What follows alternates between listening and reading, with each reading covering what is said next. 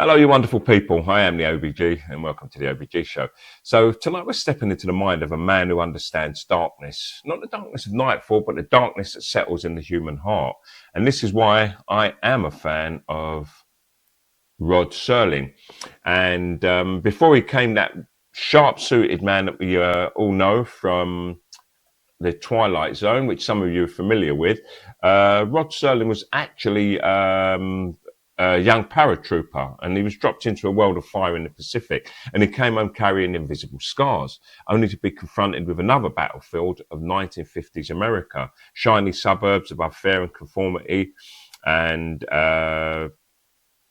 underneath all of that, there was fear of McCarthyism, racism, and a culture terrified of asking questions. And it was a time when television was fully absorbed for the first time by the general populace.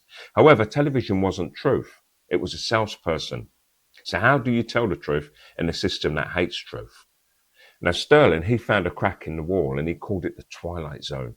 And it was a neat hack for its time, I think. In fact, for any time. And the censors, they actually thought it was aliens, robots, puppets that sprung to life, mysterious strangers and haunted toys. But the monsters were always us. A bigot waking up in another man's skin. A society calling a normal girl ugly. A survivor of the apocalypse who breaks his glasses. The last man on earth. And my favorite, a delectable trip to a new planet. Now, each story actually carried a warning.